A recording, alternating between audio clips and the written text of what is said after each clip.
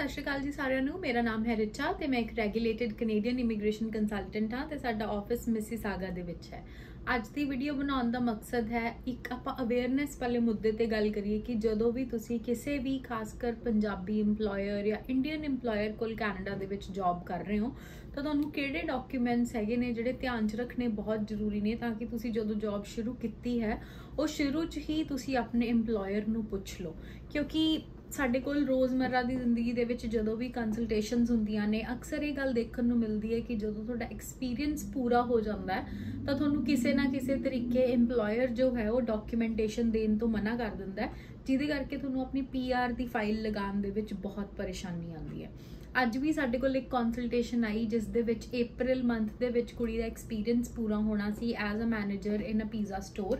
But वो हुण EMPLOYर जो है उन्होंने डॉक्यूमेंटेशन देने तो मना कर रहा है। तो उस सारी कॉन्वरसेशन के दौरान जो मैं रियलाइज़ किया वो ये चीज़ सी कि बच्चे जिहड़े ने वो अज भी अवेयर नहीं ने, चाहे वो कैनेडा दे विच पढ़ चुके ने, काम कर चुके ने साल डेढ़ साल, बट उन्होंने बेसिक जिहड़ियां राइट्स ने या क्योंकि इंडिया कदे जॉब नहीं की हुंदी तो आपां नूं पता नहीं हुंदा कि एक की चीज़ है जिहड़ी तुहाडे लई इंपॉर्टेंट है। फस्ट ऑफ ऑल जे तो तुहाडा EMPLOYर चंगा तो आपां नूं पता हुंदा कि शुरू दे विच कि की नेचर है EMPLOYर दी कि तुहानूं पैसे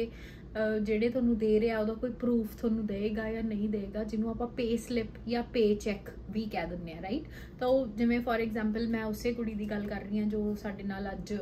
ਕੰਸਲਟੇਸ਼ਨ ਬੁੱਕ ਕਰਾ ਕੇ ਗਈ ਤੇ ਉਹਨੇ ਦੱਸਿਆ ਕਿ ਪੂਰਾ ਹੋਣ ਵਾਲਾ ਸੀ ਐਕਸਪੀਰੀਅੰਸ, ਬਟ ਸਾਲ ਡੇਢ ਸਾਲ ਦੇ ਦੌਰਾਨ ਉਹਦੇ ਕੋਲ ਸਿਰਫ ਇੱਕ ਪੇ ਚੈੱਕ ਹੈ, ਉਹ ਵੀ ਜਨਵਰੀ ਦਾ, ਪਿਛਲੇ ਸਾਲ ਦਾ ਕੋਈ ਪੇ ਚੈੱਕ ਨਹੀਂ ਹੈ, right. So that means maybe EMPLOYर ने उन्होंने शो ही नहीं किया अपने पेरोल ते, एंड हुण जो EMPLOYर है वह फोन कॉल्स नहीं लै रहे तो हुण जो पूरा कंप्लीट होने वाला सी उहदा एक्सपीरियंस उन्होंने एक्सप्रैस एंट्री के अंडर अपनी प्रोफाइल भी नहीं बना सकती क्योंकि 1 साल का तुहानूं एक्सपीरियंस चाहिए तो विदाउट डॉक्यूमेंटेशन तुसीं कर भी नहीं सकते, राइट। अनदर थिंग वॉज कि ਤੁਹਾਨੂੰ जॉब लैटर ऑफ कोर्स या जॉब ऑफर फॉर्म जिथे तुहाडे कोल कोई रिटन कम्यूनीकेशन होवे EMPLOYर वालों कि तुहानूं उन्हां ने हायर कीता है, अगर तुहाडे कोल वो भी नहीं है तो it's a complete red flag, क्योंकि एक तो तुहाडे कोल पे स्लिप्स भी नहीं है टू प्रूव कि तुसीं उत्थे काम कर रहे हो पिछले 1 साल तो, ते दूजी गल तुहाडे कोल लैटर भी नहीं है। फॉर एग्जाम्पल तुहाडे कोल कोई इंटरव्यू होवे कि ऑनलाइन तुहाडी गल हुई है EMPLOYर दे नाल, तुहानूं हायर कीता गया है, या एटलीस्ट पे स्लिप्स तां हो नहीं जिन्हां नाल तुसीं इह कह सकते हो कि तुसीं उत्थे काम कीता है, क्योंकि EMPLOYर ऑब्वियसली साल दियां पे स्लिप्स दे के मुकरेगा नहीं कि मेरियां नहीं ने, राइट। हुण इहो ਜਿਹੇ ਬੱਚਿਆਂ ਦਾ ਬਣਦਾ ਕੀ ਹੈ, ਉਹਨਾਂ ਕੋਲ 2 ਤਰੀਕੇ ਹੁੰਦੇ ਨੇ। ਇੱਕ ਤਾਂ ਉਹ CRA ਨੂੰ ਕਾਲ ਕਰਕੇ ਆਪਣਾ ਰੈਕੋਰਡ ਆਫ EMPLOYਮੈਂਟ ਕਢਵਾਉਣ ਤੇ ਦੇਖਣ ਕਿ ਉਹਨਾਂ ਦਾ ਕਿੰਨਾ EMPLOYਮੈਂਟ ਆਵਰਸ ਡਿਊਰੇਸ਼ਨ ਸਭ ਕੁਝ ਉੱਥੇ ਮੈਂਸ਼ਨ ਹੈ।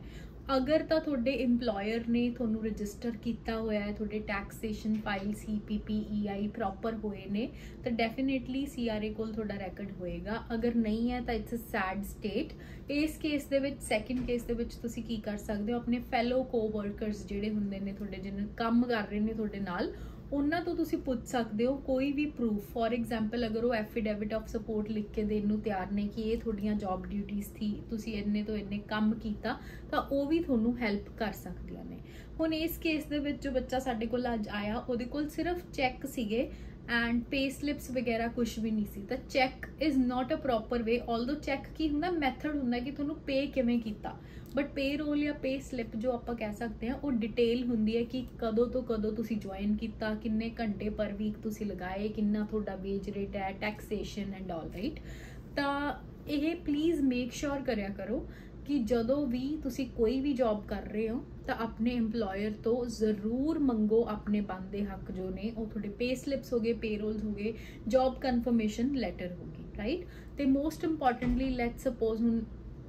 नहीं हो रहा जे तुहाडा तो तुसी आई वुड सुजैसट जॉब करनी ही उत्थे छड्ड दो, पहले 2-3 महीने ही देखो and then just switch your EMPLOYर, क्योंकि साल डेढ़ साल बाद तुहाडे कोल बहुत ज़्यादा टाइम नहीं हुंदा अपनी PR अप्लाई करन दा। जिवें हुण वो बच्चे कोल कुछ रिटर्न च नहीं है, right, how can she even explain it to IRCC कि मैं उत्थे काम कीता होया, क्योंकि EMPLOYर उन्होंने मिल नहीं रहा, फोन नहीं चक रहा। इट्स अ सैड स्टेट, अपने बंदे ही ऑब्वियसली इहो जिहा कुछ कर रहे ने। तो कीप अ प्रॉपर डॉक्यूमेंटेशन। एक होर तरीका हुंदा कि तुसी ऑब्वियसली EMPLOYर नूं अपने नूं ईमेल लिखो so that you have a written record कि तुसी मंगिया बट उन्होंने तुहानूं दिता नहीं है, राइट। हुण असीं भी उस बच्चे की हैल्प करांगे एक्सप्लेनेशन लैटर्स लगा के कि ਕਿਵੇਂ ਅਸੀਂ ਕੰਮ ਕੀਤਾ ਹੋਇਆ ਤੇ ਟਰਾਈ ਕਰਾਂਗੇ ਕਨਵਿੰਸ ਕਰਨ ਦਾ ਫਰੈਂਡਸ ਵੱਲੋਂ ਜੇ ਉਹ ਲੈਟਰਸ ਲਗਾ ਦੇਣ। ਕੁਝ ਕੇਸਿਸ ਐਵੇਂ ਦੇ ਪ੍ਰੂਵ ਹੋਏ ਨੇ, ਬਟ ਉਹਨਾਂ ਕੇਸਿਸ ਦੇ ਵਿੱਚ ਬੱਚਿਆਂ ਕੋਲ ਪੇ ਸਲਿੱਪ ਸੀਗੀਆਂ। ਹੁਣ ਇਹਦੇ ਕੋਲ ਸਿਰਫ ਜਨਵਰੀ ਦੀ ਪੇ ਸਲਿੱਪ ਹੈ, ਤਾਂ ਇਸੇ ਲਈ ਅਸੀਂ ਸੋਚਿਆ ਕਿ ਇਹੋ ਜਿਹੇ ਹੋਰ ਵੀ ਬਹੁਤ ਕੇਸਿਸ ਹੋਣਗੇ ਜਿਹਦੇ ਬੱਚਿਆਂ ਨੂੰ ਹਜੇ ਵੀ ਟੈਨਸ਼ਨਸ ਨੇ, EMPLOYER ਪ੍ਰੋਪਰ ਪੇਪਰ ਵਰਕ ਨਹੀਂ ਦੇ ਰਹੇ, ਜੌਬ ਲੈਟਰ ਨਹੀਂ ਦੇ ਰਹੇ, ਪੇ ਸਲਿੱਪ ਨਹੀਂ ਦੇ ਰਹੇ, ਤੇ ਤੁਸੀਂ 12-12 15-15 ਘੰਟੇ ਰੋਜ਼ ਕੰਮ ਕਰ ਰਹੇ ਹੋ। ਮੈਂ ਇਸੇ ਆਸ 'ਚ ਕਿ ਤੁਹਾਨੂੰ PR ਲਈ ਪੇਪਰ ਵਰਕ ਮਿਲੇਗਾ। ਸੋ ਪਲੀਜ਼ ਬੀ ਅਵੇਅਰ, ਜਦੋਂ ਵੀ ਤੁਸੀਂ ਕੰਮ ਕਰ ਰਹੇ ਹੋ ਇਹਨਾਂ ਚੀਜ਼ਾਂ ਦਾ ਧਿਆਨ ਰੱਖੋ ਕਿ ਤੁਹਾਡੇ ਕੋਲ ਰਿਟਨ ਪ੍ਰੂਫ ਹੋਵੇ, ਰਿਟਨ ਡਾਕੂਮੈਂਟੇਸ਼ਨ ਹੋਵੇ, ਟਾਈਮ ਟੂ ਟਾਈਮ ਤੁਹਾਡੇ ਕੋਲ ਸੈਲਰੀ ਜਾਂ ਪੇ ਸਲਿੱਪਸ ਆਣ, ਤੇ ਹਮੇਸ਼ਾ ਆਪਣੇ EMPLOYER ਨਾਲ ਗੱਲ ਕਰਦੇ ਰਹੋ। ਬੀ ਇਨ ਗੁੱਡ ਟਰਮਸ, ਕੰਮ ਕਰੋ, ਬਟ ਦੈਨ ਹਰਾਸਮੈਂਟ ਤੋਂ ਬਚੋ। ਤੇ ਜੇ ਤੁਸੀਂ ਵੀ ਕਿਸੇ ਪੰਜਾਬੀ EMPLOYER ਜਾਂ ਦੇਸੀ EMPLOYER ਕੋਲ ਕੰਮ ਕਰ ਰਹੇ ਹੋ ਜੋ ਤੁਹਾਨੂੰ ਡਾਕੂਮੈਂਟੇਸ਼ਨ ਨਹੀਂ ਦੇ ਰਿਹਾ ਤੇ ਤੁਹਾਨੂੰ ਪਤਾ ਨਹੀਂ ਹੈ ਕਿ ਕੀ ਡਾਕੂਮੈਂਟਸ ਚਾਹੀਦੇ ਨੇ ਹੋਰ ਡੀਟੇਲ ਦੇ ਵਿੱਚ, ਤੁਹਾਨੂੰ ਕਿਹੜੀ ਜੌਬ ਲੈਟਰ ਚਾਹੀਦੀ ਹੈ, ਕੀ ਉਹਦੇ ਤੇ ਲਿਖਿਆ ਹੋਣਾ ਚਾਹੀਦਾ, ਤਾਂ ਤੁਸੀਂ ਹਮੇਸ਼ਾ ਸਾਨੂੰ ਕੰਟੈਕਟ ਕਰ ਸਕਦੇ ਹੋ। ਕੰਟੈਕਟ ਇਨਫੋਰਮੇਸ਼ਨ ਡਿਸਕ੍ਰਿਪਸ਼ਨ ਬਾਕਸ ਦੇ ਵਿੱਚ ਹੈ। Feel free to connect with us, ਤੇ ਕੋਈ ਵੀ ਕੁਐਸਚਨ ਹੈ ਜਿਹੜਾ EMPLOYMENT ਡਾਕੂਮੈਂਟੇਸ਼ਨ ਨੂੰ ਲੈ ਕੇ ਜੋ ਤੁਹਾਨੂੰ PR ਦੇ ਵਿੱਚ ਸਹਾਇਤਾ ਕਰ ਸਕਦਾ ਹੈ, ਜ਼ਰੂਰ ਸਾਡੇ ਨਾਲ ਸੰਪਰਕ ਕਰੋ। ਧੰਨਵਾਦ।